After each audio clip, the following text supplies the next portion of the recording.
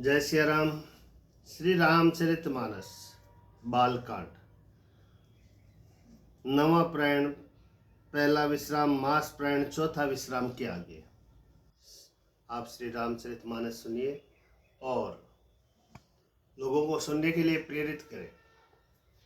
सुनो शुभ कथा भवानी, रामचरितमानस विमल, कहा भूषंडी बखानी, सुना विहंग नायक गरुड़।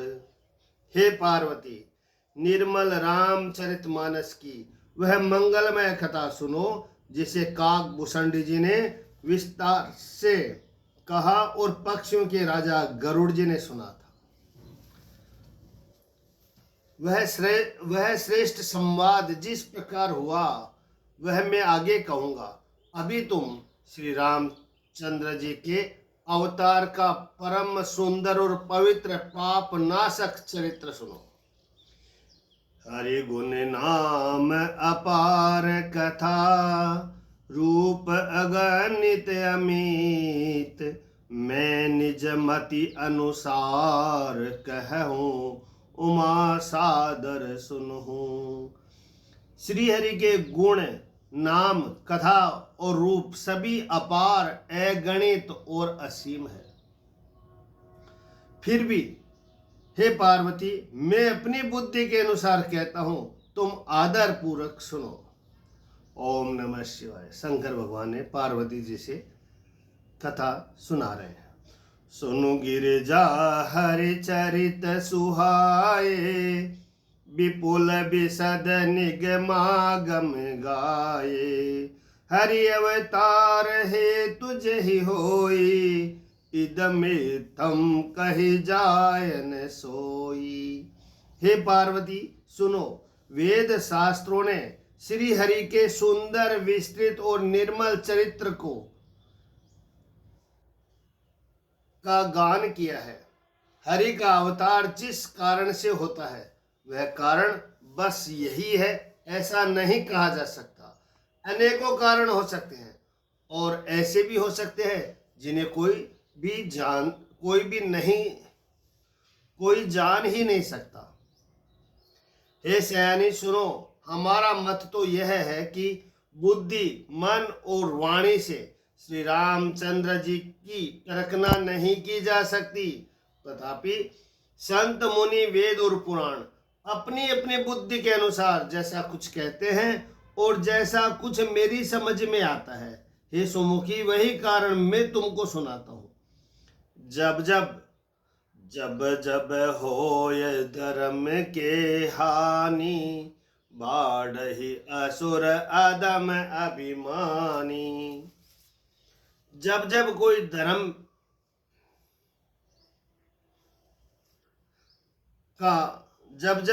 धर्म का ह्रास होता है, नीच अभिमानी राक्षस बढ़ जाते हैं और वे ऐसा अन्याय करते हैं जिसका वर्णन नहीं हो सकता। तब प्रभु धरि विविध शरीरा, हरहि कृपा निधि सज्जन पीरा।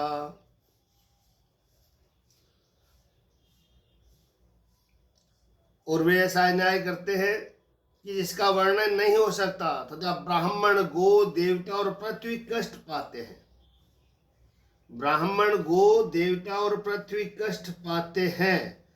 तब वे कृपा निदान प्रभु भांति भांति के दिव्य शरीर धारण करके सज्जनों की पीड़ा हरते हैं। जय सिया राम। जब धर्म का ह्रास होता है और नीच अभिमानी राक्षस बढ़ जाते हैं और वे ऐसा अन्याय करते हैं जिसका वर्णन नहीं हो सकता तथा ब्राह्मण, गो, देवता और पृथ्वी कष्ट पाते हैं, तब वे कृपा निदान प्रभु भांति भांति के दिव्य शरीर धारण कर के सज्जनों की पीड़ा हरते हैं। वे असुरों को मारकर देवताओं को स्थापित करते हैं, अपने श्वास रूप वेदों की मर्यादा की रक्षा करते हैं। वेद श्री हरि के श्वास है। अपने श्वास रूप वेदों की मर्यादा की रक्षा करते हैं और जगत में अपना निर्मल यश फैलाते हैं। श्री रामचंद्र जी के अवतार का यह कारण है।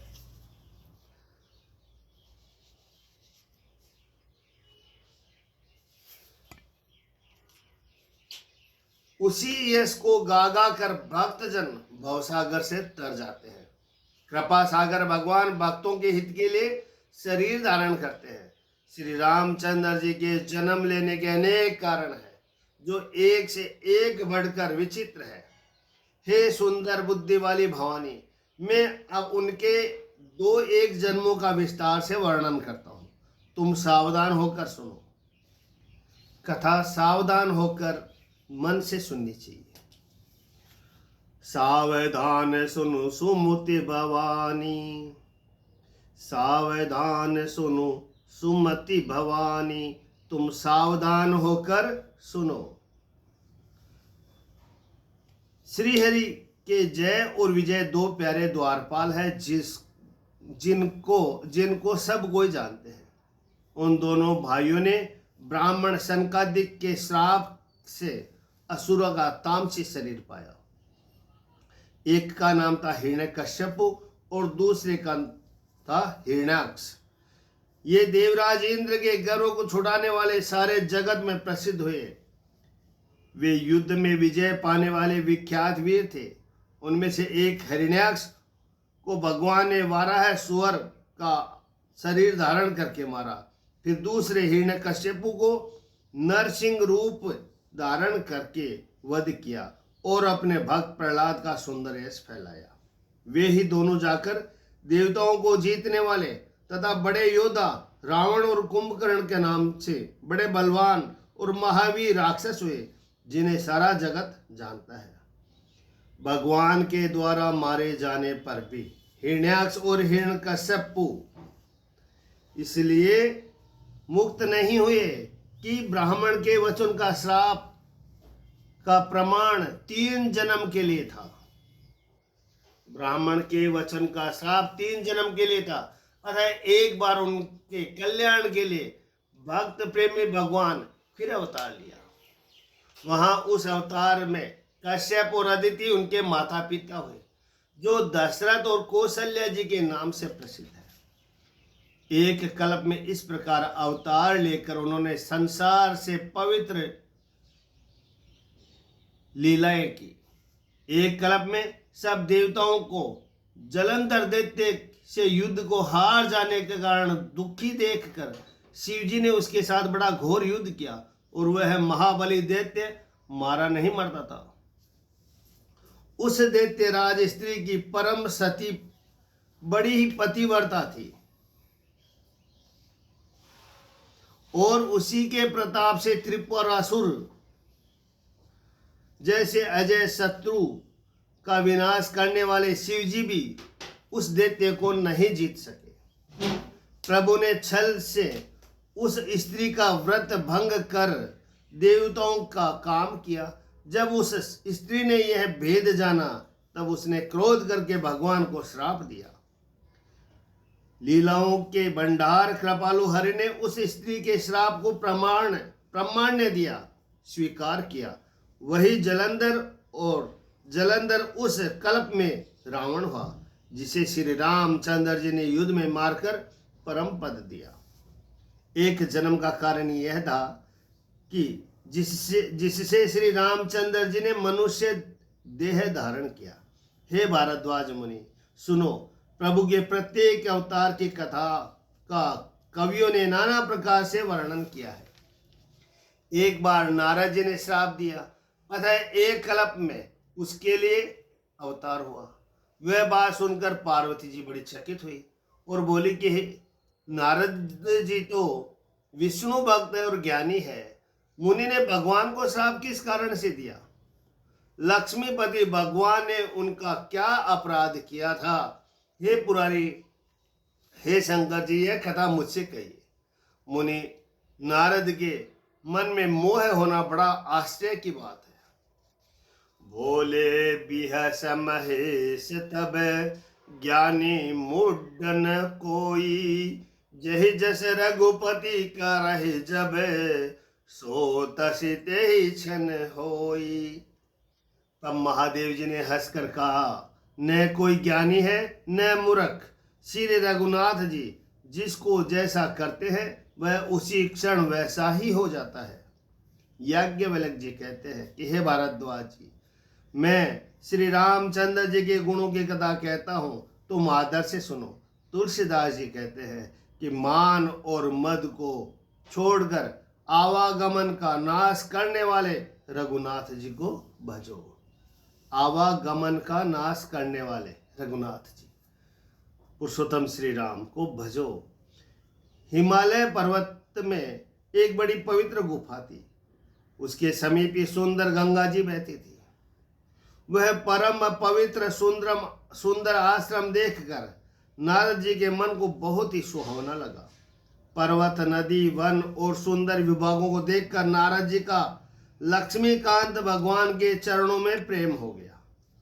भगवान का स्मरण करते ही उन नारद मुनि के श्राप की जो श्राप उन्हें दक्ष प्रजापति ने दिया था, जिसके कारण वे एक स्थान पर नहीं ठहर सकते थे, गति रुक गई और मन के स्वाभाविक ही निर्मल होने से उनकी समाधि लग गई। नारद मुनि ने यह तपोमय स्थिति देखकर देवराज इंद्र डर गया।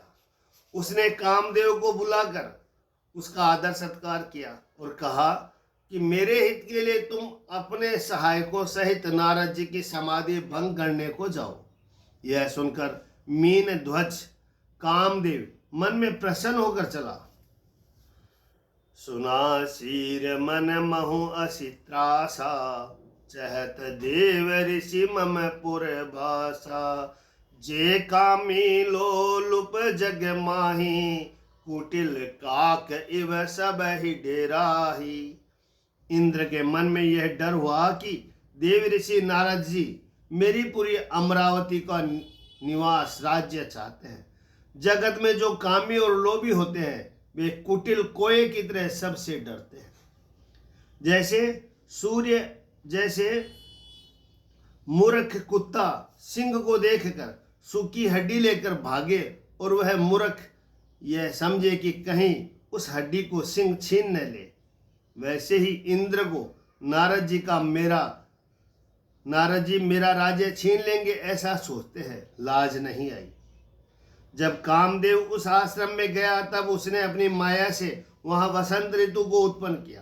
तरह तरह के वृक्षों पर रंग बिरंगे फूल खिल गए। उन पर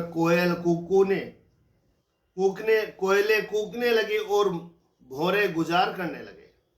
कामाग्नि को भड़काने वाली 3 प्रकार की शीतल मंद सुगंध सुहावनी हवा चलने लगी।